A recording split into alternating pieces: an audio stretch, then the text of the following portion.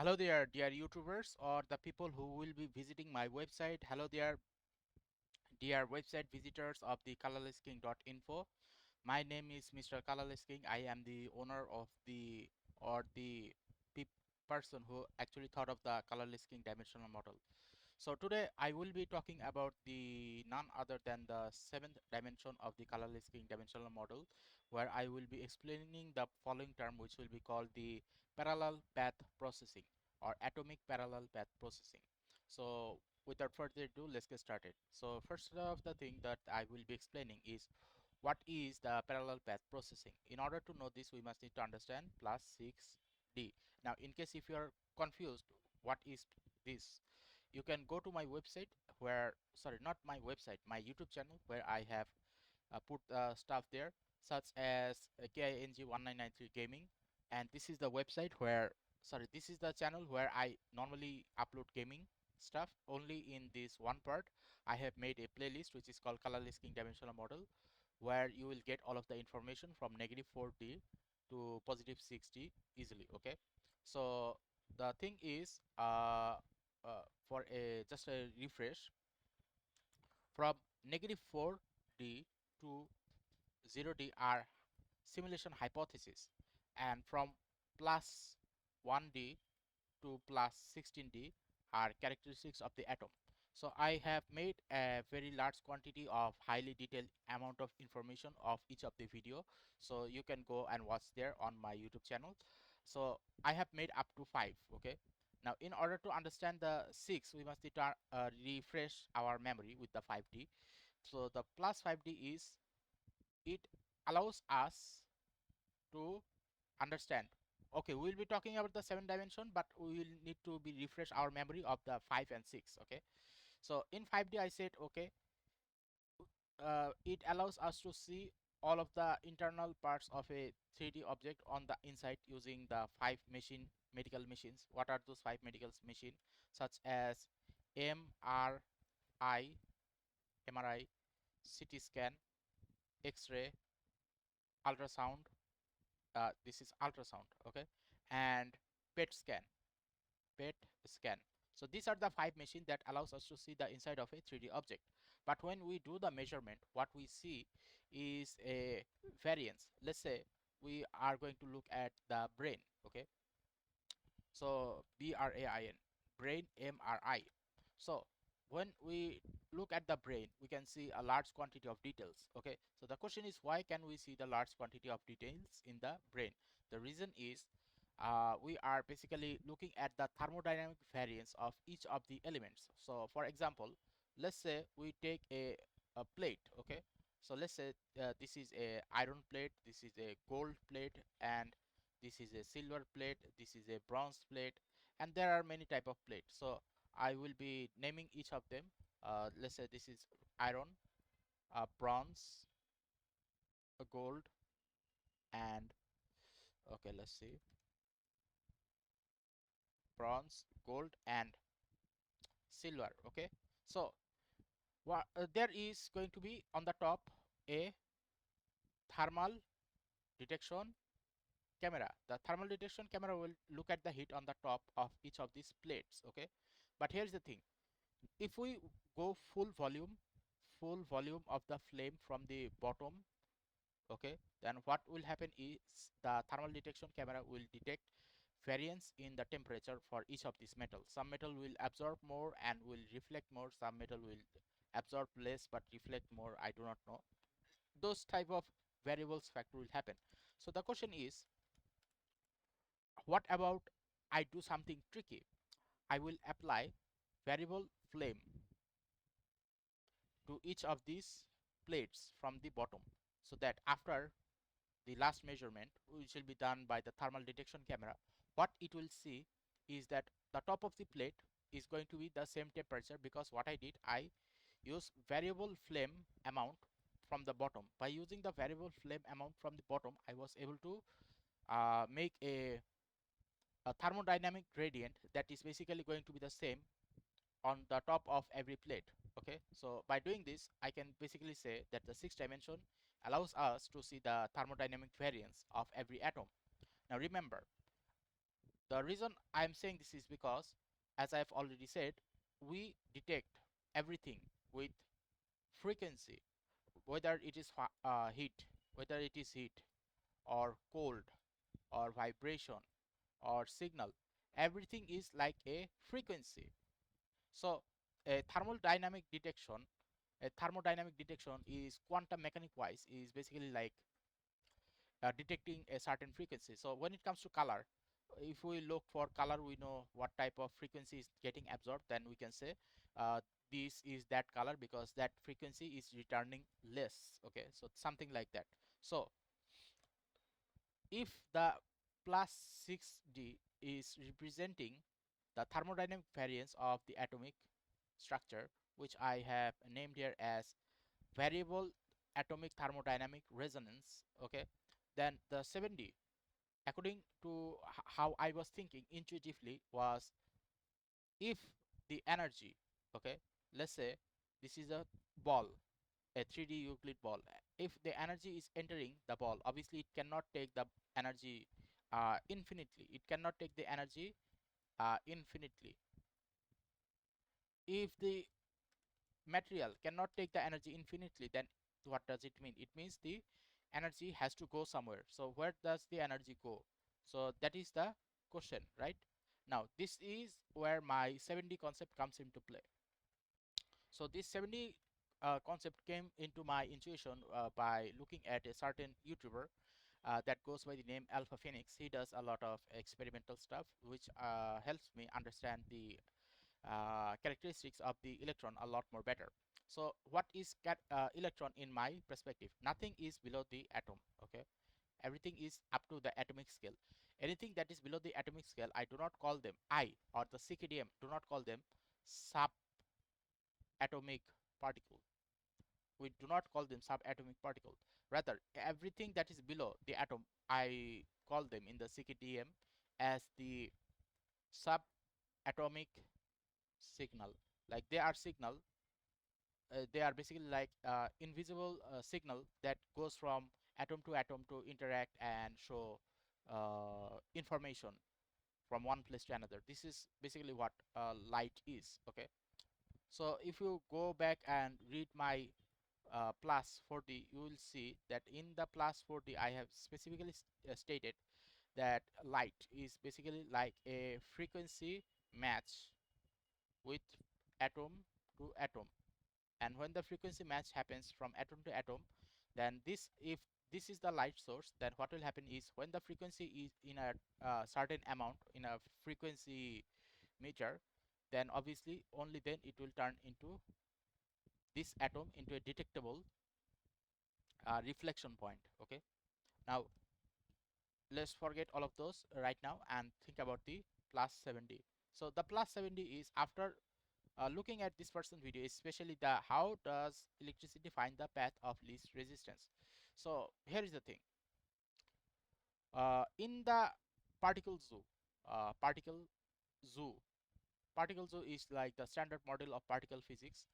There are a lot of them, but I can 100% guarantee you most of them are bullshit, because the thing is, if everything is a signal after the subatomic level, then it means that every atom must need to be in a state that where they cannot be destroyed. Okay, now whether they cannot be destroyed or not, the atoms, that is, I will explain it in my uh, positive 9 dimension, where I will talk about the vortex factor of why vortex happens. Okay, so in plus 7D, electrons are basically like looking for the shortest path of least resistance, and so that they can send their vibrational signal from a high vibrational zone to a low vibrational zone.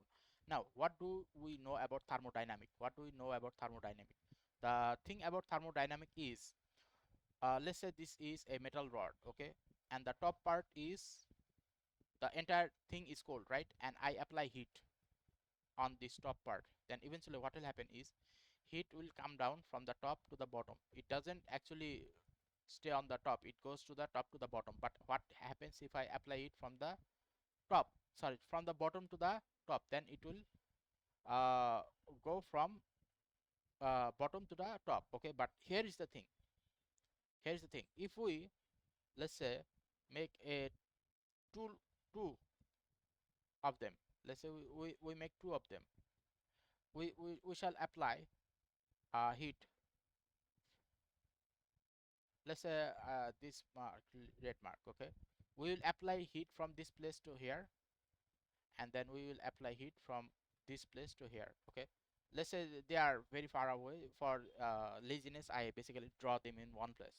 So eventually what we will see is that after we apply heat, the amount of time it will take for this part to go to the bottom is going to be slow, and the amount of time this lower part will go from the lower to the top is going to be fast. Okay, so why is this? Okay, so there is a reason behind this where I will be able to explain it properly in the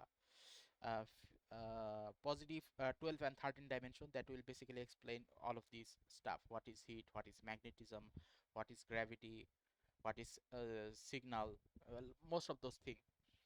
So if the thermodynamic effect of the atoms are basically like this, like when it goes from top to bottom it basically slower, but when it goes from bottom to top it is faster. Why is that? The reason is energy. Okay, the reason is, let's say, energy like to go from a high energetic zone to a low energetic zone. So on the top of the area, okay, the energy amount is actually very high. Okay, basically speaking, let's say this is the earth. Okay, and we are, let's say, in this part, this is the ground and this is the atmosphere. The atmosphere absorbs a huge quantity of the energy from the sun. So let's say this is energy from the sun is directly being hit on this earth. Okay, what will happen is the atmosphere is going to take a vast amount of energy from the sun and only let a certain amount go through and eventually hit the earth crust.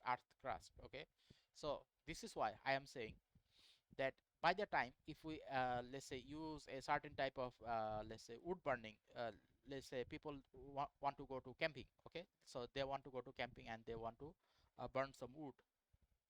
So when they are going to burn some wood, what will happen is the amount of energy, if the amount of energy is high, the energy will not stay to the bottom. They will always go to higher places. Okay, which is why, let's say this is the wood, this is the wood is burning. Okay, what will happen is, because this is already on earth, or let's say on the ground, then what will happen is they will look for the past path of least resistance where the energy can go away very easily. So they will go to the top. Okay, they will go to the top, they will rise to the top. What will rise to the top? The energy, yes, the energy as well as the atom themselves. Okay, now the question is, okay, then why does electricity from the sky falls to the ground? Now there is another reason behind that. There is called a balance factor. Okay, what is the balance factor? So let's say this part is the cloud and this part is the ground. If the amount of energy on the bottom, okay, let's say I will be using this, if the amount of energy on the bottom is high,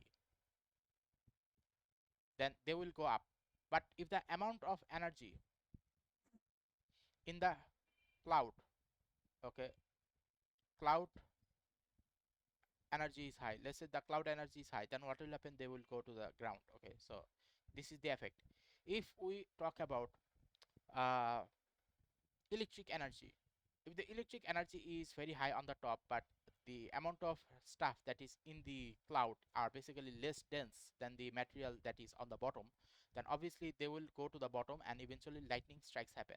Okay, but here is the thing: when we talk about uh, burning wood or burning or evaporating water, then what will happen is, in those cases the amount of energy being released by the atom are basically almost equivalent to the amount that they do not wish to create a spark, rather they wish to be flung away in different direction. Then what will happen? They will go up. So this is how the energy looks for a shortest path to go. Okay, so when I look at this thing here, what I see is a maze where the electricity is need to pass through. But as the electricity passes through, it will only select the path which is the directly attached to this part where the energy will move through it, so that it doesn't get wasted. Then after it has been connected, we will see the correct path, and the rest of the other useless path is going to be gone. Okay, so in order to properly demonstrate this, I actually made a maze so that you guys will be able to understand what is happening. So here's the thing, I made a maze, and the path that it was not supposed to go, it is going to show as nothing there, but the path that this thing that had to take, the rest of the other useless path is going to be colored in this block. Okay, so let's look at all of this. Okay, so I have created a refresh function so that we will be able to see why uh, there will be this difference here. Okay, so let's say this is the path of electron starting to flow, and this is where it will go eventually. So how many wasted block did it detected? 1 2 3 4 5 6. Okay, so the program is not fully proper yet, which is why it made a huge error. This is the proper one. So as the electricity is passing through, let's say this is a copper wire, rest of the other copper wire doesn't lead anywhere, but this is the path of least resistance. So as the electricity is passing through here, it will eventually look back and see are there any other places where the electricity could have gone. Yes, it could have, and where it is here, but there is nothing there. It must need to move to the end point. So if it need to move to the end point, then obviously instead of going this place, it will go forward. And then again another issue here, again as this goes down and down and down, eventually as it goes here, they see that this is the path of high resistance, which is why it has detected already there are high resistance. Now it will take another path, and then a lot more path will show up that will basically show more resistance area.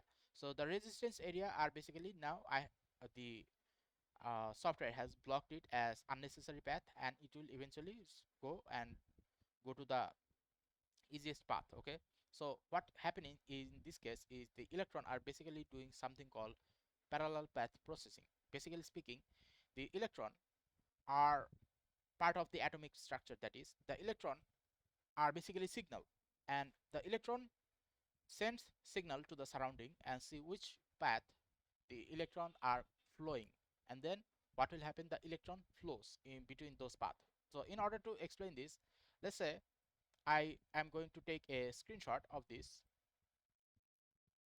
Okay, and then I will edit it in paint. Now as you can see here, that this area here is useless, useless, useless. But how did it know it was useless? Because parallel path processing is basically like the electron went there and it didn't found anything. As a result, it went straight forward. Same topic here happened here, here, here. In every of this block, this same topic happened.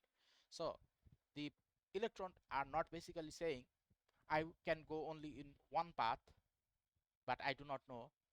And neither the same thing that I am saying, that this YouTuber is saying, that uh, electron is the most efficient way to go from one path to another. The question is how the electron is doing so. It is doing so using the parallel path processing. It is basically like in coding, you need to go to the path of least resistance, but in order to go to the path of least resistance, it must need to check every block, and after checking every block, if it sees most of the block are useless, obviously they are going to get cancelled, and which is why these blocks here are getting cancelled. And the area where the electron can flow easily, once those a path shows up, it has no reason to stay there continuously. Okay, so this is what parallel path processing is. Now this is for electricity. What about for gravity? In order to understand the gravitational part, I'm going to talk to you in a manner so that it will sound childish, but it will be the most efficient way. So let's think of it like this. This is a magnet. Okay, magnet. This is S part and this is the N part. But once if we split it, then this will, what will happen? This will flip, this will flip, and then this part will become N, and this will become S, and then this will flip, this part will flip and get attached to this N again. So the question is, what is happening in this manner? So what I assume happening is I have already downloaded a picture to get a proper estimation. Okay, so before going to the picture, let me show you what I am trying to say. So imagine electricity is flowing through from this bottom to this top. Okay, let's imagine it is flowing through, but the question is, why is it flowing through? How is magnetism related to thermodynamic? Now this is the part we must need to understand. First of all, we must need to understand that when there is a circuit, okay, when there is a circuit, let's say this is a circuit and this is a battery, and this is a plus and this is minus. Okay, the plus. So what we say is, the as the electron is moving from this path to here, the magnetic path is actually going from here to here. So which is why we say this is true. And how can we know it is true or not? In order to understand whether this is true or not, you will see uh, Mr. Boom's video, Mr. BOOM, Boom, uh, Electro Boom, Electro Boom, Mr. Electro Boom. So this guy, often what he does is he make a demonstration, and in one of the demonstration he actually showed us uh, that when we are trying to do something like passing electricity through a metal, then the part of the metal that is getting burned is most of the time on the black side. So let's say uh, let me give you a demonstration. So let's say this is the battery, right? And this is the plus side. Okay, and there is the, this is the red grip or red alligator grip, and this is the black alligator grip, and there is a spring, there is a spring. So eventually once we connect this, what will happen is we will see most of the time that uh, the part of the spring that will get burned first is not going to be here. It is not going to be here. The part of the spring that is going to get burned is going to be this side. Okay, why? Because it is true that electron is not going through here, it is actually going through here. So as the electricity is going through here, this is the part that is going to get heated first. Okay, so electromagnetism is part of the Maxwell equation, that much we know. And we know that electricity is passing through where? Not from here, but from here. But how is it sending the information? It is sending the information from one atom to atom as a vibrational signal. So let's say there is atom A to atom Z, and everything in between is atom B, C, D, E. So in order for, let's say this is the starting point and this is the end point, start and the end, what will happen is a signal will enter from the battery, the negative side of the battery that is, and then the signal will bounce from this to this to this to this to this. So let's say from this A to Z are basically the spring. So where is the electron flowing the most? The electron is flowing the most from this negative path. Okay, so this is the positive side and this is the negative side. So the electron is actually flowing through the negative side. So how is it doing? It is sending signal.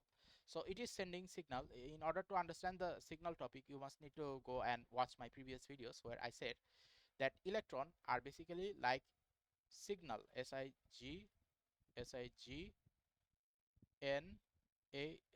So electron is basically like a signal, and the signal is going through, let's say this is A to Z is a spring, As the electron is sending the signal, then this signal is then sent to atom B, then to atom C, then to atom D. And by the time it goes to this place, eventually if the material is thicker, let's say the material is thicker, then obviously it will get heated, but it will not melt. But if it is smaller, then we will see that this part, okay, this part, the part which is near the electron area, or let's say the part of the battery, this is the positive side, okay, this is the positive and this is the negative, positive and negative. Then what will happen, the electron will go from this path to here, okay. So what is happening is those are just sending signals, but the signal, in order to get detected, it must need to look for a path of circuit, and once the circuit is complete, then the electricity is passing through. But when it comes to give a proper demonstration, let's say this is battery, okay, this is battery, this is plus and this is minus. As it is going through, there is a spring here, then obviously what will happen, this part is going to get heated and get melted, okay. But now I will apply the same logic, and this is an iron rod, okay, and this part is going to be in a water or something liquid so that it can maintain a certain temperature, and then I will apply fire, Fi, let's say F for fire, okay, in this place.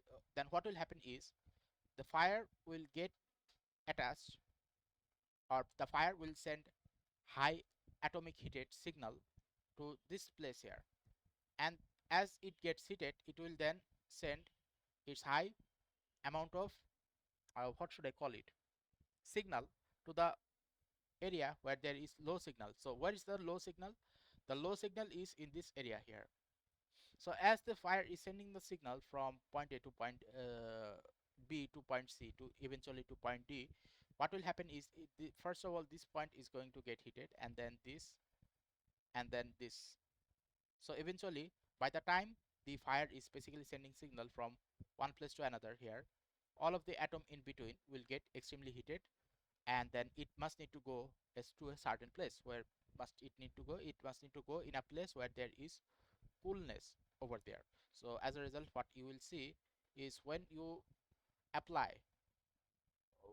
to the same logic to electricity now in the cloud again, then you will be able to understand what is happening. So if we go to the cloud diagram again, so this is the cloud and this is the ground, okay, and also heavy metal, okay, metal that are basically heavy, they are cold most of the time, and atom that are basically lighter, they can get heated easily. Those forms into the category of gas can get heated easily. So what will happen is, if the amount of energy, electron energy, is highest on the cloud, what will happen is they are going to look for a highest resonance zone where the electricity want to go, and the electricity want to go is basically cold. And what are the cold? The ground is cold because most of the metal type of material are going to be cold by nature, because the heaviness is an indication of how much easily they can send energy from one pad to another without getting itself destroyed, okay. So what will happen is the cloud, when it has too much electron energy, then it will send the energy to the bottom where it is cold. This area is cold because most of the metal are cold. As a result, what you will see, that if you make a plate, so if you make a plate out of plastic versus if you make a plate out of metal, then obviously if this is made of metal and this is made of plastic, and if you put ice, you will see lots of video of this. If you put ice, what you will see, that this will feel warm, okay. If you touch this plastic plate, it will feel warm, and if you touch this metal frame, metal plate, it will feel cold. So what does it mean? It means this one is not taking energy away from your hand, okay. So this is the hand. In this case, This is not taking the energy away from your hand, so it is in a plus state, in a high energetic state. Okay, okay, do not I'm gonna give here in a high energetic state. Okay, and in this metal plate, what it is in a low energetic uh, low energetic state. So when I put my hand here, what will happen is this metal will absorb the heat from my hand. And if I were to put hand on this plastic, it is not going to take as much as energy away from my hand, which is why it will feel warm, because unlike let's say this is high absorption, this will have a low absorption of the heat. So as a result, if you put the ice if you put the ice on the plastic here, okay, the plastic is going to maintain the ice for a lot longer than the metal. That is because the metal not only does it receives like not only does it take the energy from my hand, but it also give it back to the nature. So this is saying that metal metal plate are basically the worst fucking thing, that they, in order to maintain themselves, they take energy away from our body to maintain itself, but instead of taking the energy itself, it gives it back to the environment. Whereas the plastic is different, it doesn't want to take energy, because thermodynamic variance wise, uh, if you go to the periodic table, you will see that hydrogen or most of the gaseous atomic material, they would rather stay away from each other, which is why they are compressible. But water is not compressible because they are in a already in a high heavy state. So as a result, what will happen is the plastic do not want to take energy from my hand. Okay, they do not want to take energy from my hand, but even if they do take something, it will instantly give it back to the nature, either by melting itself or not taking most of the energy to begin with. So in case of the plastic plate, okay, in case of this plastic plate, what will happen is the plastic plate will rather not want to absorb the energy from my hand. As a result, what will happen is the ice is not going to melt on the plastic compared to how much it will melt on the metal. Okay, so if you take this concept, ice melting, PLAS, plastic versus metal.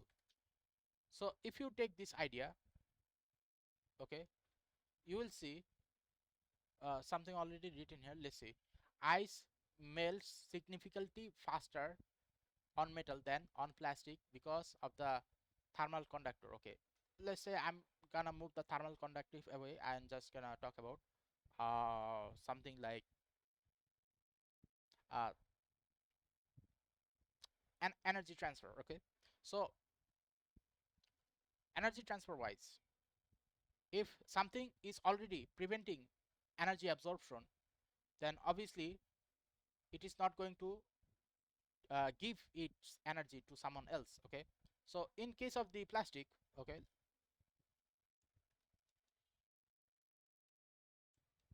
so in case of the plastic, what is happening is it doesn't want to take energy, neither does it want to give away energy.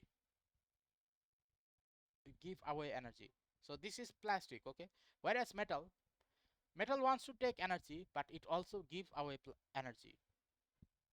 Okay, so if metal has the capability to take energy and give away energy rather than the plastic, which is mostly made of gas materials, then the question is, what will happen if there is a that contains high amount of high energy? Then what will happen is the cloud will then send the excess energy to the ground, because The ground is made of what? Mostly metals. And metal have the characteristics of taking energy and also spreading it in multiple direction.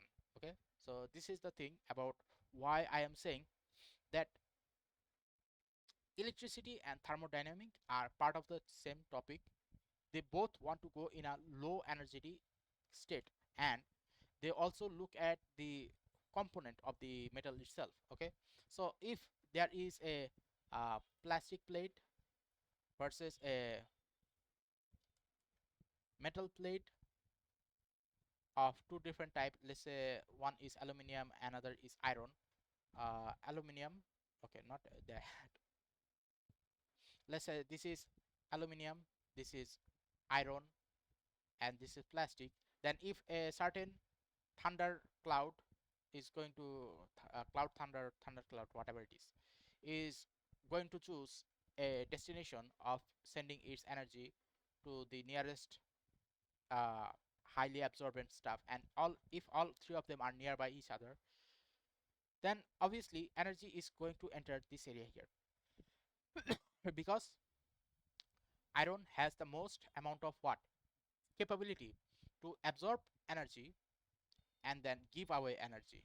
Whereas aluminum absorbs energy and gives away the energy, but lot less compared to iron. And plastics are basically mostly, what should I call them? Gaseous material compressed together to form a certain hard material for a temporary while. So if they get heated, what will happen is they just break down. So the breakdown is an indication of how their atomic bonding are basically very weak and they want to be separated. Okay, so if I forcefully apply thunder to this plastic plate, then obviously it doesn't want to take energy, but if it does take energy, it will not go away in this place. It will break down, eventually break down and eventually melt. But for iron, it will become extremely heated or maybe slightly burned. Same with aluminum, but they are still going to perform their stuff. And what stuff will they maintain? Thermodynamic behavior. They will absorb energy and they will also give away energy if the amount of energy here is going to be similar. Sorry, not a slight, let's say slightly lower here. So if this one is lower, then it will give away here, something like this. Okay, so this is what parallel path processing is. Okay, so when I say parallel path processing is part of the characteristics of the electron, uh, what I am trying to say is when uh, an electron signal looks for a path, it looks for least resistance. Okay, so every time it sees that it must need to go to this area here, which where the energy, vibrational energy, will eventually escape, they look for path where the energy is being converted to less energy. Okay, what does that mean? Allow me to explain. So let's say I am going to screenshot. Okay, I'm going to do this here. So let's say the electron is looking for an energy path and it first of all detected here. Okay, so what does it detect? It detects that the amount of information that is getting here is very high, like it is not decreasing. So electron decides, okay, if the amount of energy is higher and it is not decreasing, then I will not send any more energy information within these two blocks. I will go to the next block. Wait, I found another path where there is a certain gap. Let's enter here. But as it enters, it realized that the energy is not flowing continuously, so it is a bad path. So this is how the electron decides which path has the least amount of not resistance. So this is where my topic changes now. This is where I'm not saying which is the path of least resistance. No. Here I am saying which path contains lowest amount of vibrational energy. The lowest amount of vibrational energy is detected, that is the best path. If the amount of vibrational energy detected is very high, then electron will not go through that path. So after getting through all of this line here and eventually seeing that this line doesn't go anywhere, the amount of vibrational energy actually increases. It then goes to another path till it meets another fake end, and then it goes to another path, and then eventually as it goes here, and then eventually as it meets another one, it will see another blockage area where the amount of vibrational energy is increasing. So it decides to go and take another path. Okay, and eventually this is the big maze zone, or big maze zone of deception, where it now must need to go so many places and see that the vibrational energy is not decreasing at all. So what will happen is, after getting through all of this line, it will say, fuck this area, this area is not lowering in the vibrational energy, I will now take another zone, and then eventually this is how it goes to here. Okay, so what does this mean? It means when we say that electricity looks for the path of least resistance, we must need to be 100% more clear on what we are trying to say.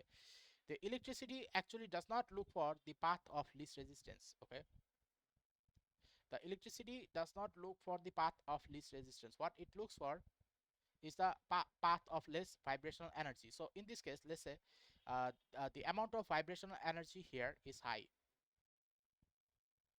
and the amount of vibrational energy here is low. Okay, and if we ask, okay, let's say this is the thunder cloud, where will it hit? It will hit here. What about this one? This one will hit the lowest amount, but it will hit here most of the time because the amount of vibrational energy here is the lowest, and the amount of vibrational energy here is the highest, and in between this zone is the gradient zone. So it will basically hit somewhere around this line, but it will hit this line the lowest. Okay, the same thing will apply to the heat also. So if the vibrational energy here is already high due to flame, let's say I am applying flame to this metal, then obviously the characteristics of the metal is this metal, I'm just saying the slang word in order to make you guys understand, nothing against atom. Okay, so what will happen is, as you make hello, so as you increase the amount of vibrational energy detected in this area here, then what will happen is, just like the electron will look for the next area where the vibrational energy is the lowest. This is the next lowest area, then this, then this, then this, then this, and eventually when there is nothing more there, there is just a simple metal block where the afterward it is basically now air. From this point here it is now basically air. Then what will happen is, this up to a certain point will just become extremely heated. Now if we assume that we are using fire, then this makes sense, but otherwise if we apply direct electricity, then obviously we assume that there will be a battery here, where this part will be the plus and this part will be the minus, and the minus part will give energy to this lowest part. Okay, so in order to reimagine this, I will remove the H and put L here, L.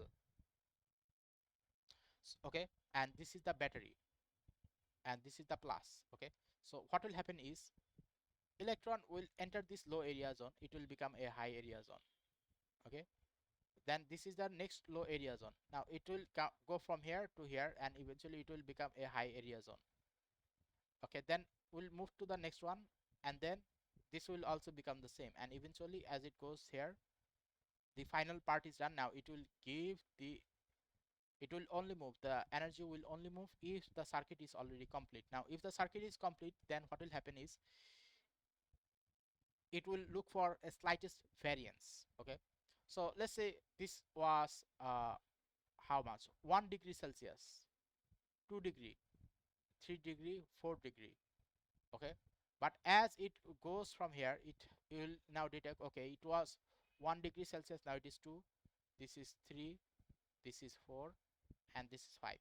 Now as one signal is done, another signal is coming. It will now select, okay, this temperature is here still lower, so allow me to put another more temperature. Now the temperature will increase eventually to the point that this metal, if this is a metal, this metal will eventually melt. Okay, so what happens is the metal can only hold up to a point of how much vibrational energy the electron, that is, I call it the vibrational energy signal created by the atom themselves due to the imbalance of thermodynamic variance, by which the electron is basically sending the information to the zone where the amount of vibration was already low. If the amount of vibration was high, very high, then what will happen is the same effect as it happened to plastic. What will happen is this part will break off. Okay, because there is a limit to how much energy an atom can take. Afterwards it will not take any extra energy, and then this part will melt and will break off. Then if the electricity, I see, okay, this part has broken off, but I still want electricity to pass through, then this part will break off, and eventually with the help of the battery, I assume the battery is very powerful maybe, then eventually I will be able to melt the entire topic, or the melt the entire metal. Okay, so this is how I assume that the parallel path processing actually happens. Okay, now here's the thing. The reason I say that it is parallel path processing is because of another factor, that is this fire. Okay, which I already explained, but let me show it to you. So when I do this, B, let me drink some water because I'm getting thirsty and it is bad.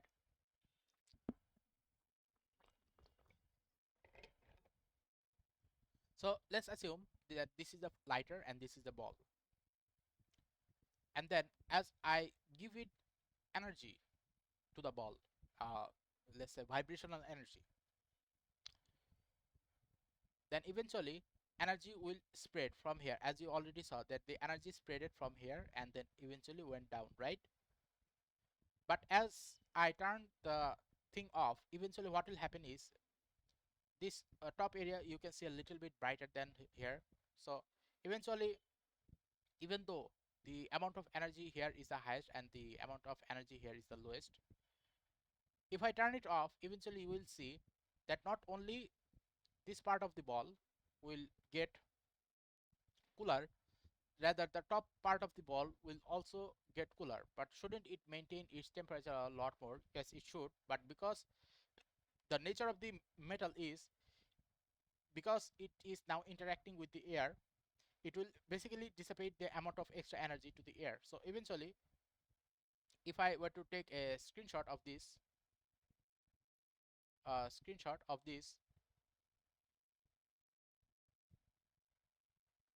and then edit it in the paint. So eventually what I'm trying to say is, when we are when we are applying heat to the ball, this part will become heated, and as this part become heated, eventually the next part and the next part.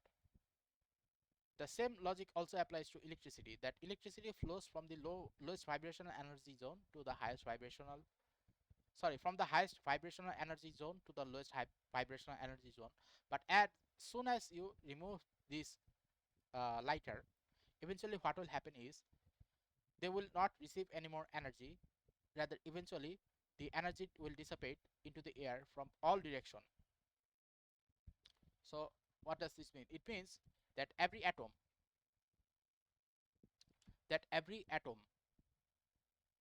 okay, every atom has a thing called parallel path processing. Basically speaking, every atom has a indication of where the electron should go. The electron must need to go, whether it is by heat or direct electricity spark, I do not care, because here is the thing, heat is a vibrational energy, right? If we use quantum mechanics, we know that heat is basically amount of vibration, and if we apply the same logic to electricity as well, it is also a what, vibration. Electricity is also like a vibration. So when the amount of vibrational energy inside a metal increases, and if it increases too much, then obviously this part is going to get burned faster than any of these. So this logic applies to plastics, because plastics are basically uh, chemical structure. Like if we look at the chemical structure of the plastic, PLS, plastic chemical structure. If we look at the plastic chemical structure, you will see it is mostly uh, polyethylene. Okay, polyethylene. It is carbon and hydrogen. Okay, so if it is carbon and hydrogen, which when combined turns into a plastic, a solid material that we can hold, how do we assume that it will cause the energy transfer? It will not cause energy transfer. Rather, what will happen is it will basically allow itself to be destroyed so that it can become gas again, and then eventually it will behave its behavior like that of gas molecule again. Okay, so from that point of perspective, if the same logic applies to metal as well, if we put large quantity of energy in this place than the rest of the part, then obviously this part is going to get melted faster even before the energy reaches to this end, which happens with lasers. Now if you look at industrial laser, okay, uh, industrial LASER laser. So industrial laser, they does this exact thing properly. Okay, what do they do? Okay, they use a high ionization gas transfer. Basically speaking, they are basically sending high amount of vibrational energy within the gas that is being speeded in this metal here at such a high speed and a vibration rate that before the heat can even spread to this entire plate, it is fast enough to get the metal get burned, and this is causing the same type of reaction that of the plastic plate. So the only difference between the plastic plate versus the metal plate, plastic plate versus the metal plate, is in order to achieve the same amount of effect, the amount of heat that is needed for plastic is, let's say, about 100 degrees Celsius, but for the same material to apply here, it must need about 1000 or plus, or near 1000 degrees, or over 1000 degrees, or plus 1000 degrees Celsius. So because the metal has higher density, the amount of energy it needs must need to be higher in order to break it apart.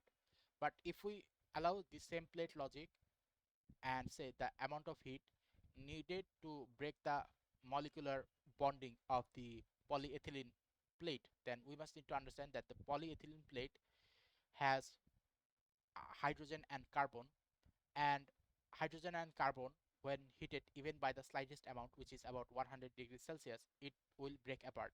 So in both of these two cases, they are basically the same thing, but the industrial material are basically applying the same logic there and then saying, okay, look, listen, we can do the same thing as happening with the plastic, but we can do it with the metals also. If we have higher amount of gas flow and the higher amount of vibrational flow, then we will be able to make the same effect as it was happening with the plastic also, and then we will be able to destroy or make shapes with the metal. So when we say that PLS, plastic versus metal, ice uh, melting, so what is happening in this case is the plastic, it's not like the plastic is not melting the ice. The plastic is melting the ice, but the process is a lot slower. Okay, because in order to melt the plastic, sorry, in order to melt the ice, okay, the plastic must need to do the following characteristics. Okay, What is the characteristics that it must need to follow? Allow me to explain. So let's assume this is plastic and this is metal, right? And there is ice on both of them. So in this case, the metal here is going to take energy from the surrounding of the air. It will take energy from the air and then it will do what? It will give energy back to the ice. Okay, but here is the thing with the plastic. In the case of plastic, the amount of energy it is receiving from the air is something, it is already in a high energetic state. The plastic is already in a high energetic state. It doesn't want to take energy. It just want to keep itself apart. And if I put the ice, because it is not taking energy from the environment, it is not melting the ice at the same rate. As a result, the ice is going to stay in the plastic plate much longer than it will stay on the metal plate, because the metal is getting energy from the environment and it is concentrating the energy into the what? Into the ice. But in case of the plastic polyethylene, which is made of carbon and hydrogen, they are already in a state where they do not wish to take more energy. As a result, what will happen is the plastic is not taking the energy, and as a result the ice is not melting. The same logic applies to electricity and for fire also. So if one wishes to say, okay, then what is fire? That is the question. What is fire? Fire is like a molecular bonding breakage. Okay, molecular bonding breakage. Now we know up to this point it is true, but the rate of the energy transfer matter. So the rate of, okay, so the rate of energy transfer, if it is high, if the rate of energy transfer is high, then it will not only does it melt the plastic, okay, it will also melt, certain not melt, like spark. It will not only put spark to the plastic, it will also put spark on the metal also. Okay, so eventually the energy rate, the rate of the energy matters. And when too much energy, let's say if the amount of energy is very high and if we apply it to the plastic, it will what? It will break. But here's the thing, hydrogen and carbon are already in a state where they can easily get affected by even the small amount of energy being directed to them. So eventually they will, these two, hydrogen and carbon, are already in a high energetic state where if they receive any more energy, they will split themselves apart. Okay, and the same logic applies to metal also. So if the amount of high energy rate applies to this, then eventually what will happen is we will see the spark. But because metal, most metal are fall into the category, not all metal, most metal, since they fall into the category of high density and low energetic zone, they would rather have a very small part of them get melted, but the rest of the other part, they are going to stay the same, which is why which is why in industrial melting, you will be able to do this to metal. But if you apply this to the plastic is not going to have a smooth end, rather the plastic area is going to melt also because of the heat. Okay, now obviously I was talking about from my paper, the positive 7 dimension. In my paper I just told it to give me the information regarding this topic, and it gave me this information. So it has been written here in a very high manner way. So parallel path processing or parallel path thermodynamic processing as dimensional function, this is one of them. Atomic geometry as multidimensional resonance field, it is part of the information that I haven't talked about. So let's talk about this information. Okay, so the thing about this information here is atomic geometry as multidimensional resonance field is the one where I said that the energy is actually spreading in all direction, all. So if a Euclid is basically like height into volume into, okay, height into width into length, then energy is dissipating in all direction. This is what I am saying. Macroscopic manifestation of heat and lightning formation. So if in this case, if I were to talk about my lightning theory, then obviously you will be able to understand what is happening. Now the second law of thermodynamics is basically saying the energy always want to go in a high to low energetic zone in both the electricity and in the maze that I have created here, and even in the fire. They are all basically the same thing. They want to go from a high energetic zone to a low energetic zone, and quantum behavior and the double slit experiment. Now let's talk about this one. The quantum behavior and the double slit experiment is, I already talked about it in my positive 40, where the atom sends information to all of its zone. So where is it sending the information? Okay, let's talk about that. So in plus 40, I said even the direction which we cannot see. Okay, let's say this is a ball. The ball has a front side and the back side, but we cannot see the back side. We can see only the front side, but with the help of a mirror we can see the back side. Okay, now this is 40, that it sends information in all direction. This is point number one. Point number two is, after it sends the direction, I said that the atom is doing what? Sending an electron signal to the double slit. So where does the information go? I said the information do not go to this in between line. Okay, the information doesn't go in between this line.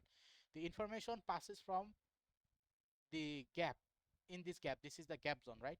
Okay, so where does it go? It resonates with this area here. Okay, and then if we send another electron, what will happen? It will check if this uh, metal zone here is already in a high vibrational zone or not. Okay, this area is now in a high vibrational zone. What will happen is, it will then send the rest of the other information in these places here. So in this case, in the double slit experiment, if we apply the 4D logic now, sorry, not 4D, I mean 6D logic now, in the double slit experiment, this is the atom and this is sending the electron signal. What will happen is, this electron, because it had already sent one signal here, it will not send the same signal in the same place twice. It will send this signal to another one here, and then here, and then here. But after all of these paths are now in a high vibrational zone, it will now send the next information to this place, or to there, or here, or this place, or something like that. But here is the thing that I have already said in the positive 60. Electron in mid-air, okay, like in the vacuum, an electron in the vacuum without an atom, they, even if they pass, they cross their path, if there is no atom there, they will feel nothing. So we assume that somewhere around here there is a wave happening, right? No, nothing wave related is happening. What is happening is, the vibrational of this slit here, or edges of the slit here, are interacting with this one, and this one are interacting with this one, and this one are interacting with this one. Eventually, when the slits are interacting with themselves, they will form a vibrational energy output in this all direction. Okay, and eventually we see the wave pattern formation in the double slit experiment. So this is actual thing what happens when a parallel path processing idea applies. So the parallel path processing is basically, the 7D is basically like saying that the electron or energy follow a thermodynamic rule. Okay, but the thermodynamic rule always look for what? Not one path, they look for many paths. So if this is a ball and I apply heat here, then as the heat is going to all of these places here, eventually it will seek many zone where the energy vibration information is the lowest. Okay, if it was high here, and sorry, if the amount of vibrational energy information within this place is low here, it will go here. Now this is high energy zone. Now it will go to the next one, and then eventually it will spread in all direction. So this is basically how it goes, because after I remove the flame, what will happen is the amount of energy transfer is going to be the same in all places. Obviously most will be the most highest in the area here, which where the fire was, but even that place is also going to get uh, losing energy a lot. So eventually, after we hit the metal, we often see that the metal uh, on this part where the information was the highest of the vibration, that is lowering. But not only is it lowering, it is lowering but also entering in this area here. So the vibrational energy information is not only lowering in this area, rather the vibrational energy information is spreading here also. So this is where the concept of electromagnetic field comes into play. Like, it always looks for the highest to lowest amount of vibrational energy information zone. If the energy information or the vibration zone of the material itself, the atom, is high, then it will move to the next one, because this is what the characteristics atom does. So it is difficult to explain, but I hope I can give you guys a lot of ways to get an intuition of why quantum mechanics is easy, but the reason we made it complicated is only using math. Okay, now material properties determined by resonance complexity. Now here is the topic. I have already downloaded the paper, so let me show it to you guys. So it is about Nikola Tesla. Okay, so the question is, what happened with Nikola Tesla? Why was he confident? Okay, here it is. So Nikola Tesla, why was he confidently sitting in the cage, a plasma cage, or near a plasma cage? Because he knew that uh, energy want to go from a high vibrational zone to a low vibrational zone. But if we could replace those low vibrational zone with even more highly compliant metal that is basically normally cold in normal temperature but will absorb anything when any type of vibrational energy is near them, then metal, copper, those are the best absorber of energy.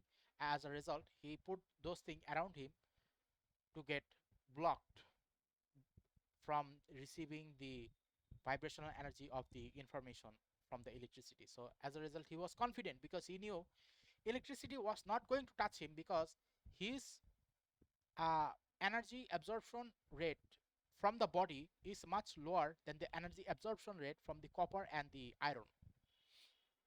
Okay, the like, these are important thing that many of the people in the university doesn't talk about it, because they only read thermodynamic calculation, they read only Maxwell electromagnetism, and say, look guys, if we need to learn all of these from a different perspective, we shouldn't combine them. True, we shouldn't combine them up to a certain extent, but to say that they are different topic is basically like saying I do not know much of the physics. Unifying framework of energy and matter interaction. So this is the thing.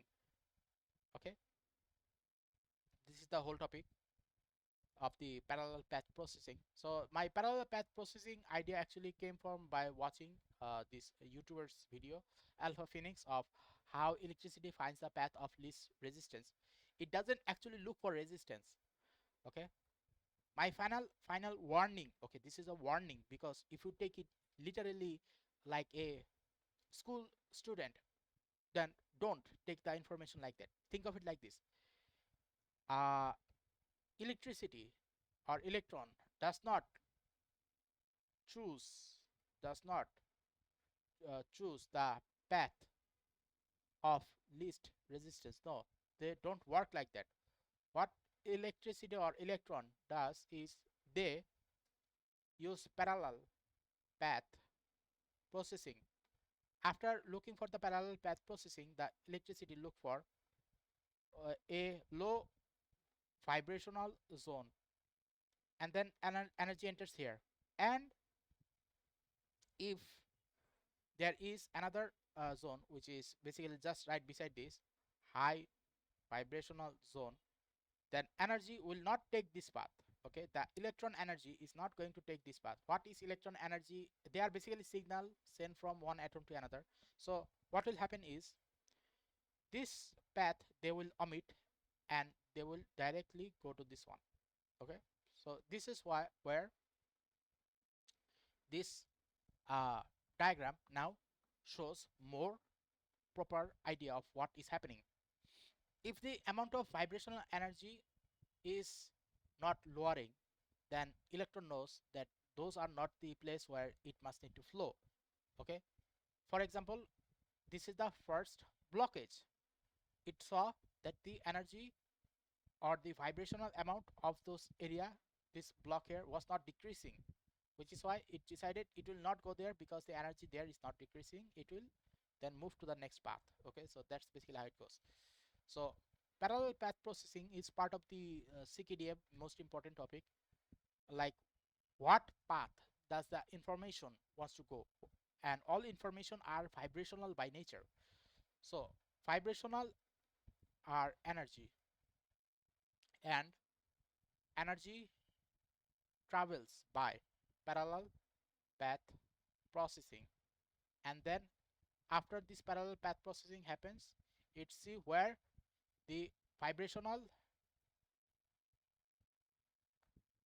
low vibrational energy is, it will go to this place, and where high vibrational energy is, it will not go to this place. Okay, so I was able to explain this in 1 hour and 12 minutes, but I did my best.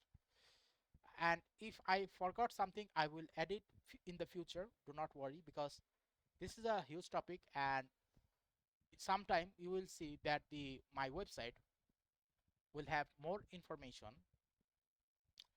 than it is on the video, because later what will happen is I will watch this video to write my website information, and I will add more information, and in the future maybe I will change my video and say, okay, I have updated my video because I have uh, found new way to explain it even better. Okay, so if you find this topic useful regarding my 7th dimension of the colorless king dimensional model, which I call it atomic parallel path processing, then this will be a huge topic, because majority of the people either go for thermodynamic. They know the rules of the thermodynamic, that it goes from a high energetic zone to low energetic zone.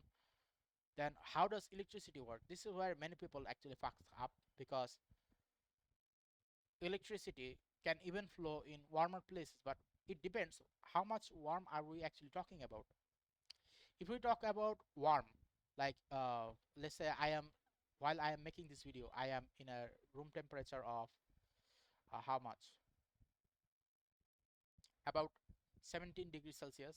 So in a 17 degrees Celsius room, okay, in a 17 degrees Celsius room, the electricity is still going to flow. But if I make a wire, okay, if I make a wire and I apply electricity to go from this path to here, so first of all what will happen is it will first look for the path of least resistance, which is, let's assume this is going to be the path of least resistance, which is why electricity will be going from this path to here. Okay, but what I'm gonna do, I'm gonna cool down this area and heat up this area with a air blower, heated air blower. Then what will happen is that the electron will eventually move to this path, even though this one has the lowest resistance, so it is gonna move with this path, because let's assume both of them has a circuit system added to both of them, except this one was shorter, which is why electricity was flowing through here. But because now I am intentionally blowing hot air in this place, what will happen is it will go take the longer path. Okay, so this is how I am saying that the path of least resistance is actually confusing for me, because how does it determine which path is less resistance? Obviously, uh, there are a lot of more in the scientific community they use. For example, let's say both of them are wire, but the thickness matters. Okay, in the thickness area, this will have more this will have more energy flow capability than this one. This one will get burned easily. And then there comes the cold part, like which one is cold. So this one is cold and this one is hot, then energy will enter this cold area, not the hot area. There are multiple factors. And another one is a line must need to be bent like this, not directly like this. Then what will happen is this area is gonna get heated, so energy would rather go on a curved path. So there are more of those topics. So in those cases, the mechanism, they are correct, but the idea of the parallel path processing of the atom, where they try to dissipate their energy, is the part that is missing in the atomic characteristics of how electron knows where path to go. They process all path and knows which path is continuously lowering its energy state, and it will keep on entering there, and that is how it knows. Okay, so if you find this video interesting, then please give a like and subscribe and click the bell notification icons, so that you will be able to understand more of this topic. So the colorless king dimensional model has total 16 atomic dimension, out of which this will be the seventh. So about uh, 8, 9, 10, 11, 12, 13, 14, 15, 16. About 9 more videos are left. Okay. So goodbye, stay safe, and see you again next time. All right. Few important part I forgot, so I will be adding them here. So allow me to start with this one. Okay. So the first thing that I will be talking about is the law of thermodynamic, which this is going to be a lot more difficult to understand if I do not explain my 12 and 13, which I will explain it later. But for now, think of it like this. Parallel path processing. So how does the parallel path processing even work if we use the law of thermodynamic? So the zeroth law indicates that, let's say there is atom A, atom B, and atom C. If the temperature between all of them are basically the same, then their temperature will basically not increase or decrease, because it indicates that they are in an environment where their temperature is basically so much same that they are having hard time dissipating their energy. So this is the zeroth law of thermodynamic. Okay, that the two system in a equilibrium will, with a third system, are in thermal equilibrium with each other. Okay, this is a technical way of saying it. An easy way of saying it is, if all of the atoms are basically in a state of the same temperature gradient, then all of them are going to maintain their same temperature gradient, unless another system comes which has a slightly lower temperature gradient. Then energy will basically, all the energy will basically enter into this area here. So this is basically what it is saying. Now, what is the first law of thermodynamic? Energy can change form, but it is neither created nor destroyed. Okay, so this comes actually from the Newton perspective. So allow me to explain. So in Newton perspective, energy is neither created nor destroyed. For example, it takes about one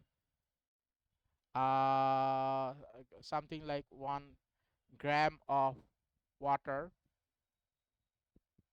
WATE, or water, to create about one something like 1 kg movement or something. Let's say first law of thermodynamics, something like first law.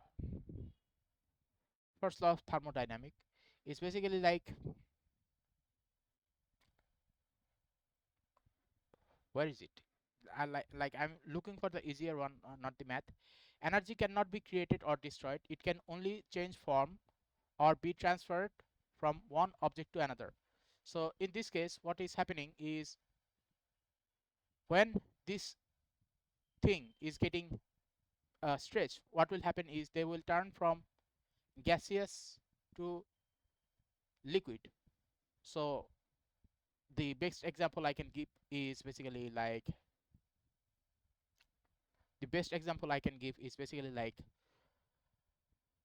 let's say a gas such as hydrogen plus oxygen. Hydrogen plus oxygen. So when these two combined in the cold part of the atmosphere, which is near the outside of the earth, these atoms happens what? These atoms then become H2O. So in this case, what happened was energy is neither created nor destroyed, but it changed form. In this case, the energy actually didn't change form. Okay, so allow me to explain. If we talk about energy, we need to understand what is energy. Atom has energy. Atom is not energy. It is not the same. Okay, so you might be thinking, what the heck is this guy talking about? Allow me to explain. Let's say this is an atom A and this is atom B. Okay, so both of them are basically like a radar. Okay, so when this atom A vibrates to send an electrical signal such as one electron to atom B, okay, what is it sending? It is sending a vibrational signal. An electron is basically a vibrational signal from atom A to atom B. Okay, now after atom B detects something, it will vibrate itself. Okay, it is like the tuning fork analogy. But here is the secondary factor. When we're talking about tuning fork, I use tuning fork, but tuning fork is a mechanical device. It is not a quantum device. So in this case, think of it this like, if the atomic vibration of atom A is fast enough to vibrate in the same frequency where light happens, then it will basically send a vibrational frequency to the nearest neighbor, which is the atom B, and then the atom B will also vibrate. Okay, so when we talk about this, we need to understand what this first law of thermodynamics is saying. This first law of thermodynamics basically falls into the category of Newtonian mechanics. So I cannot say this that this is actually correct. This is basically correct in a way that if we were to assume that electron is a signal of the atom, and the amount of vibrational energy within the atom will determine their state, then that is true. For example, let's say normal hydrogen and oxygen, they are very violent. Okay, but when they are cooled, when they are cooled to the sufficient amount, then they will form into H2O. Okay, this is a low vibrational state, and if we can heat them high at high temperature, then they will split apart again and they will turn into separate H and O again. Okay, so from that point of perspective, when I say that this is a little bit confusing, because if we assume that atom are energy and energy is atom, then that is a problem. Atom sends energy, not atom is energy and energy is atom. It is equivalent to saying the Einstein formula of E equal mc square. I do not believe in E equal mc square. Why is that? Because of organism.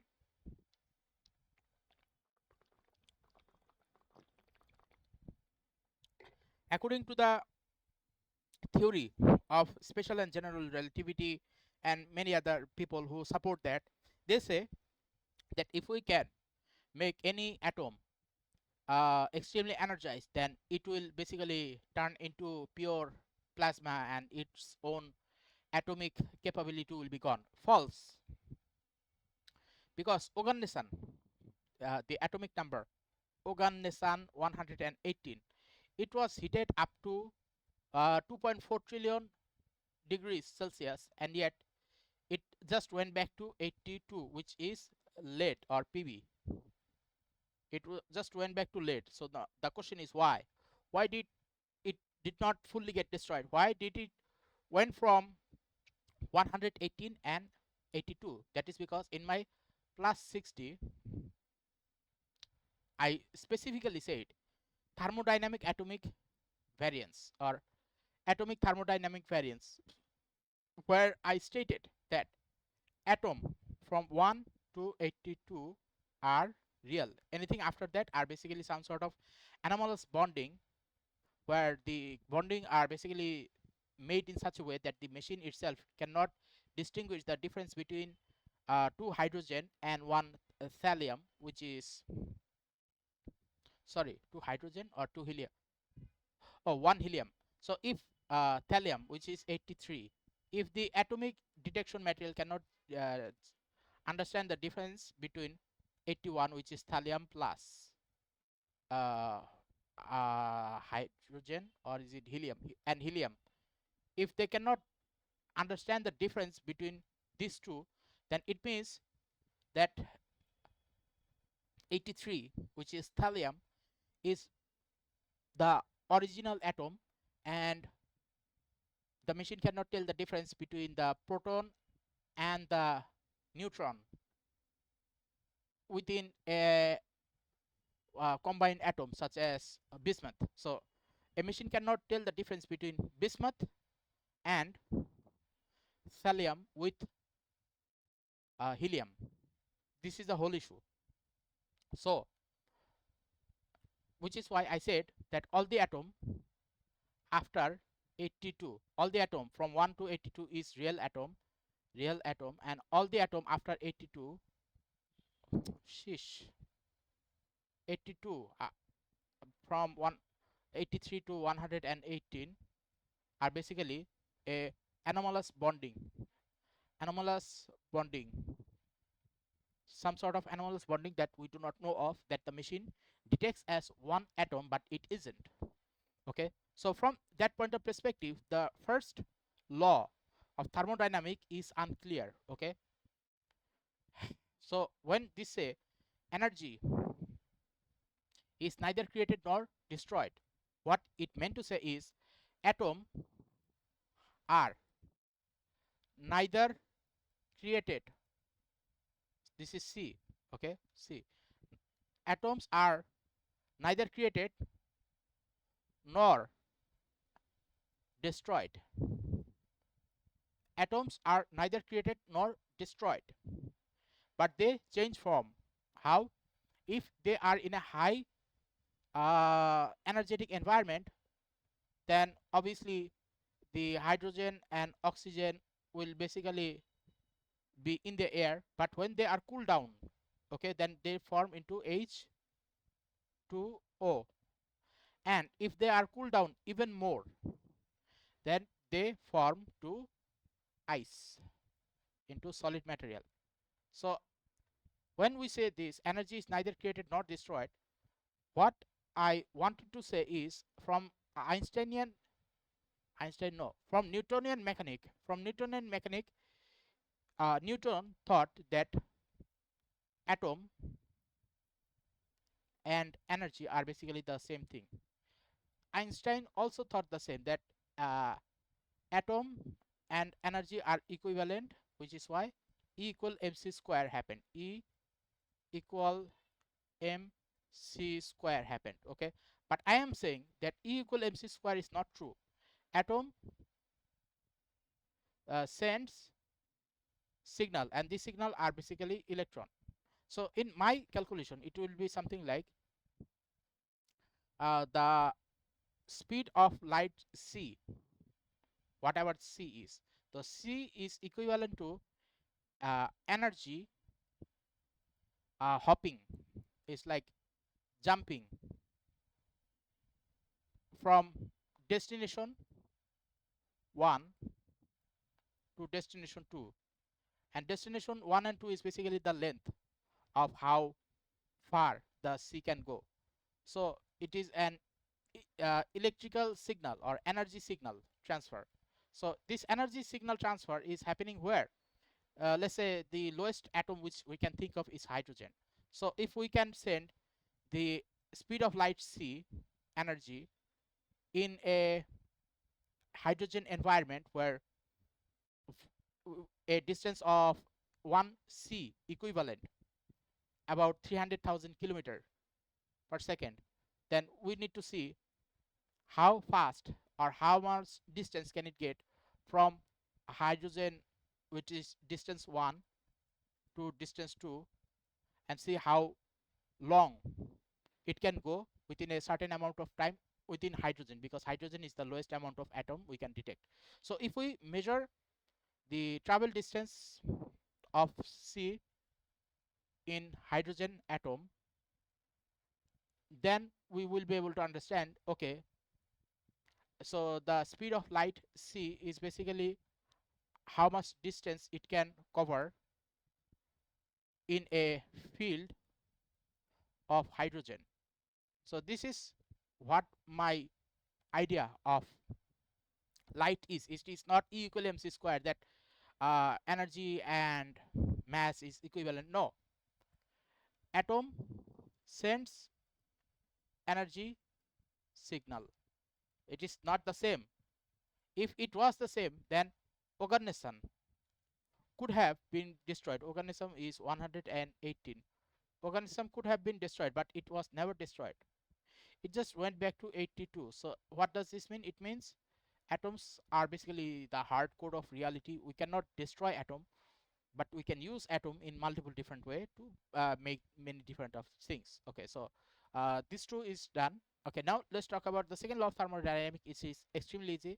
I already explained it to you guys. Okay, that how energy wants to go from a high energy zone to a low energy zone. This much is true, but when I say energy, I'm not talking about atoms. I'm talking about the vibrational frequency that is created by the atom. Okay, so this is the heat to cold. Now the third law of thermodynamic, entropy of a system approaches constant as temperature approaches absolute zero. Okay, this is true up to a certain point. So why I am saying this, the third law of thermodynamics is true up to a certain point. Well, first of all, let's assume that this is a black hole, right?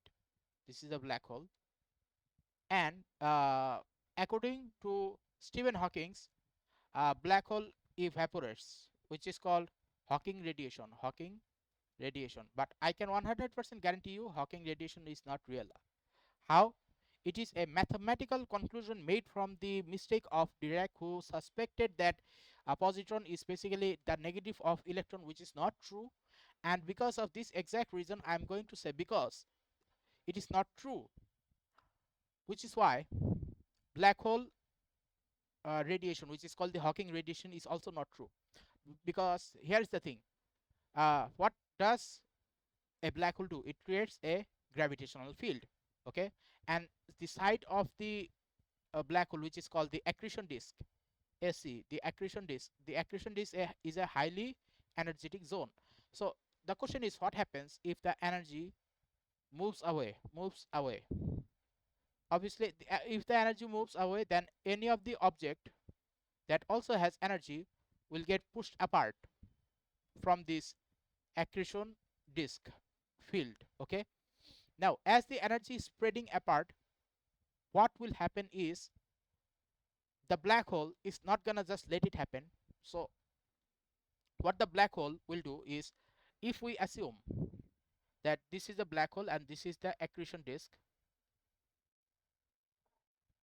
okay, so what will happen is the middle part, which is the black hole, a black hole will constantly try to absorb any of the atom that is basically into this further distance away, which is further away from the accretion disk. It will have a pull on them.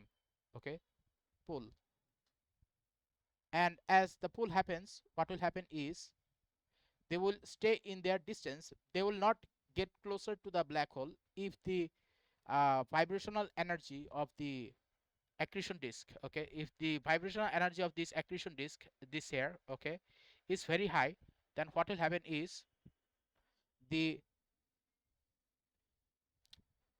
atomic material will try to fall into the black hole, which has a vibrational energy. But because the accretion disk is already a high vibrational zone is spiraling around the black hole, what will happen is the atom which are in this area here will not be able to fall into the accretion disk. Okay, so when we say that it will eventually lead to the heat death, there is a fourth law of thermodynamics which is uh, not recognized as a law, because no one is actually sure if it is actually real or not, that the universe will eventually die from heat death.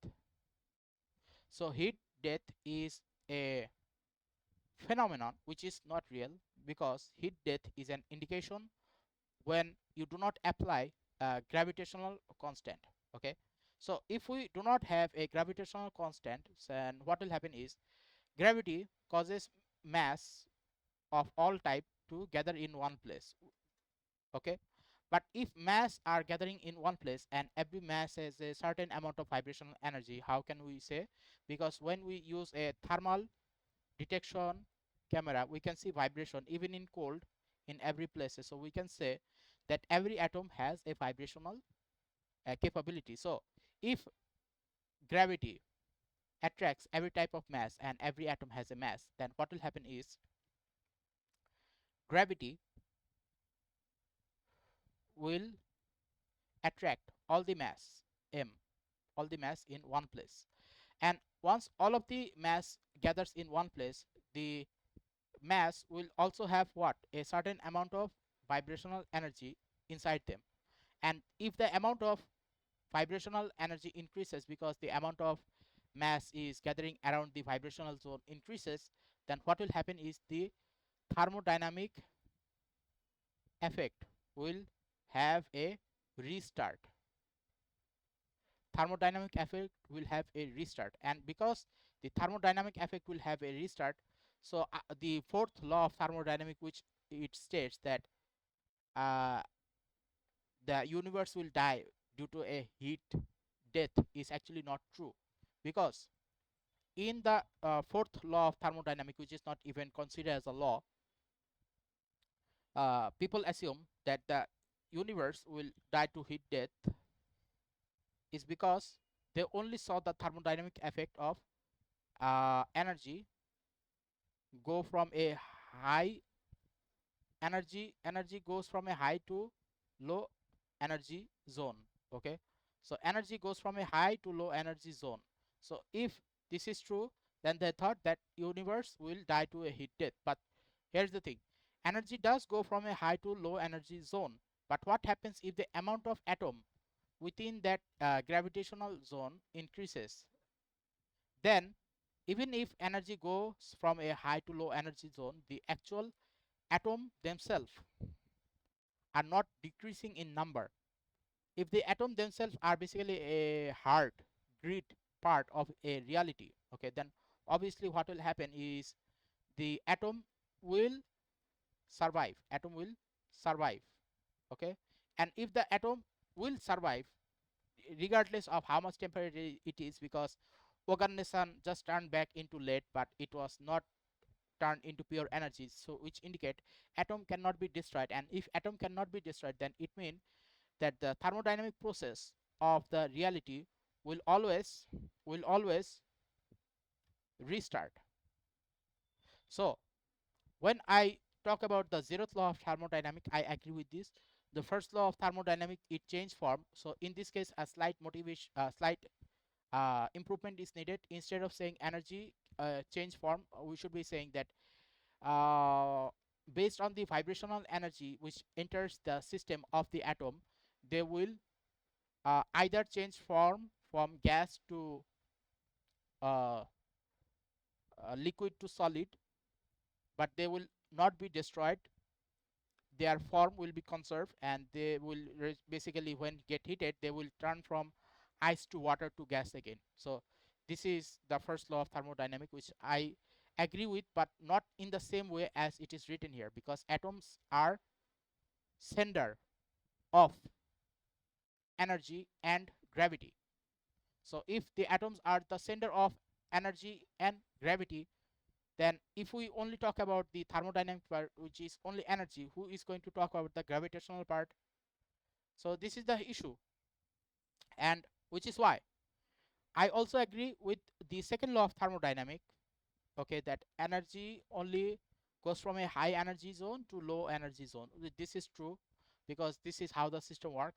And entropy of a system approaches a constant as temperature approaches absolute zero. So what does this mean? I cannot say 100% properly because it is written entropy of a system approaches a constant. When people uses words that are basically made in such a way that it represents a vague topic of multiple state at once, it creates a problem.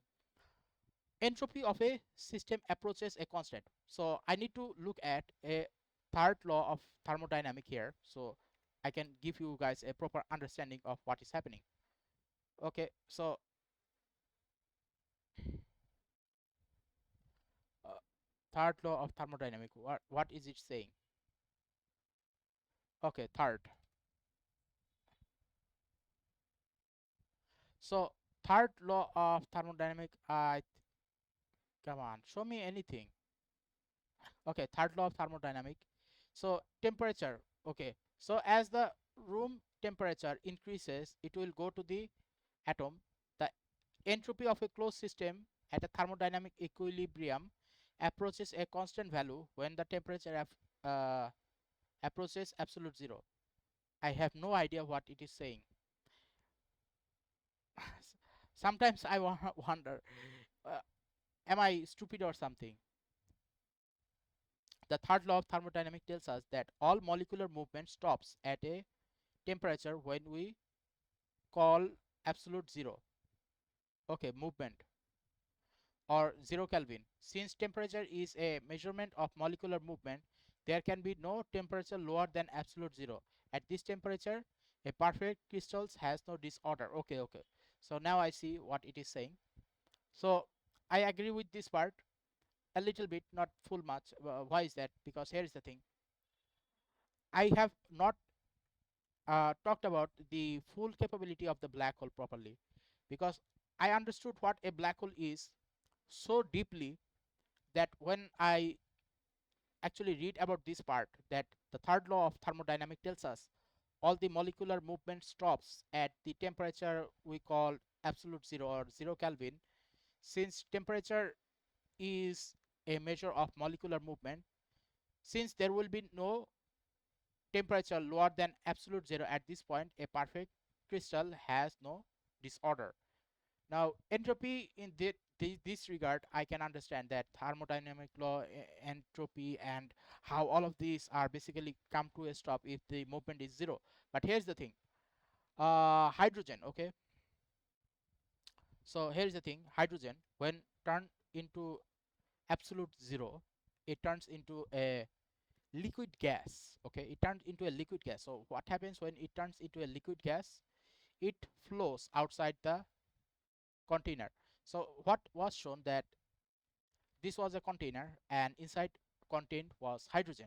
It was cooled at 0 Kelvin, I think. Okay, at 0 Kelvin.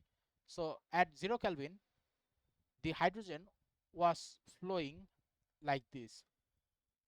The hydrogen was flowing like this. So the question is, why was the hydrogen flowing like this? What I assume happening, that because of the internal pressure was so much low, that hydrogen was getting a subtle amount of energy, system entered it. As a result, it was in a low energetic state, but it was getting just enough energy to climb up the vessel and going down. So people actually used to thought, okay, that it was flowing through the vessel. No, it was not flowing through the vessel, it was climbing up the vessel and then going outside. So this is actually what was happening. So if I assume that this is the vessel. Okay. mm, okay, I think, is it this one or this one?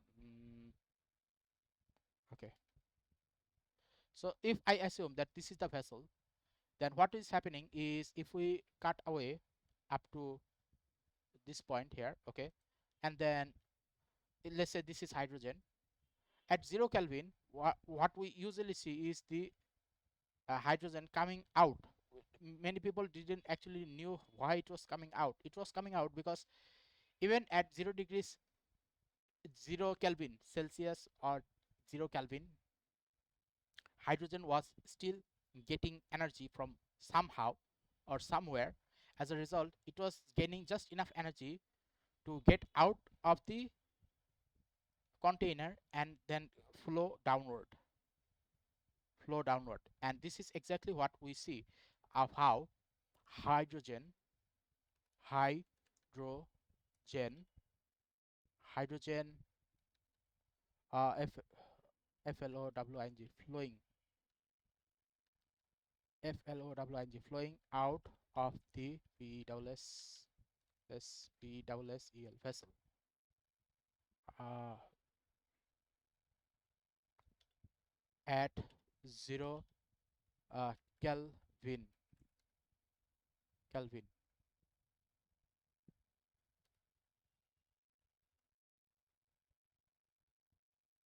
Okay,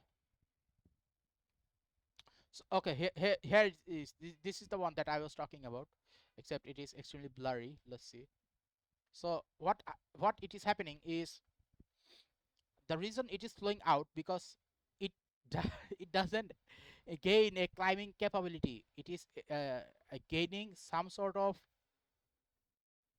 energy from somewhere. It is gaining energy from somewhere. Okay, even at 0 degrees Celsius or 0 Kelvin, it is gaining energy from somewhere. As a result, at the site, it is gaining what? It is gaining a magnetic energy because every atom, regardless whatever they are, when they are cooled at their maximum capability, they are going to come a slightly bit magnetic. So hydrogen in this case has become magnetic, which is why it has stuck itself to the vessel as in the container vessel, and as it is gaining energy slightly, it is going up slightly up and then eventually falling flowing down.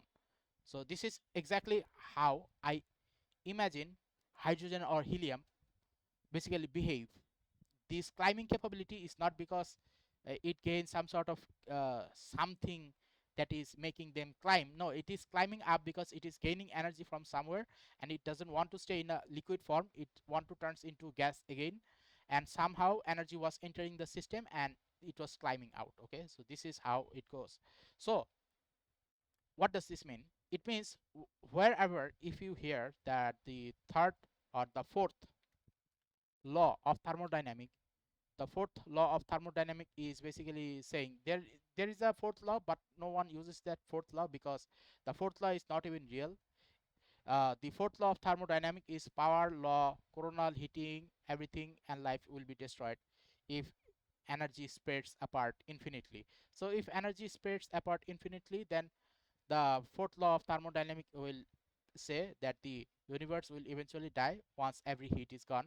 But no one talks about where energy even comes from. Energy comes from the atom.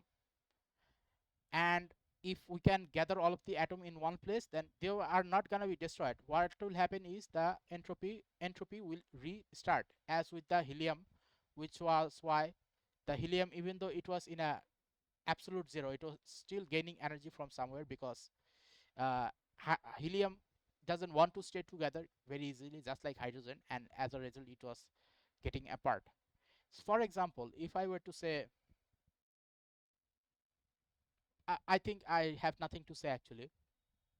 So what else can I say? I can say that this much is, even though it took me another 32 minutes, at least I was able to give you guys another perspective of why I do not believe in this topic here, the first law of thermodynamics of energy changes form. No, atom changes form based on the amount of energy it can take. Okay, say, which is, I agree. So in this case, if it said that energy changes form, no, we shall be saying atom changes form from gaseous to solid to liquid. Sorry, from gaseous to liquid to solid. And zeroth law is basically an indication of when everything is within the same temperature, they are not gonna transfer temperature to each other. Energy will always go to a low energy zone, and everything movement. Okay, so this should be said in a more easier manner, such as if a certain object is cool at a 0 Kelvin, all of their entropy decreases, then this is proper way of saying, okay, this is the third law of thermodynamic, and so forth. But you shouldn't make a very small sentence to explain a complex topic and say, look guys, I explained the entire topic in a such a low amount of word uses, I'm the genius. No, you are not the genius, you are the problem maker. Anyway, so this is the whole thing. So this is the last part of the positive 7 dimension. I know it was hard, but at least you should be now be able to understand what I'm saying, why I believe in the zero law of thermodynamic. I also believe in the first law of thermodynamic, except not energy changes form. I say atom changes state, energy state, by which it will stay gas or liquid or solid. Second law of thermodynamic is energy go from high energy to low energy zone. Third law of thermodynamic is that energy, when energy is taken away fully, everything will come to a zero, and in zero there will be no entropy. This I agree, but the fourth law of thermodynamic is a hypothetical law, that everything will come to a heat death is not true, because the gravitational constant was not there. Okay, so this is the whole thing. So goodbye, stay safe, and see you again next time.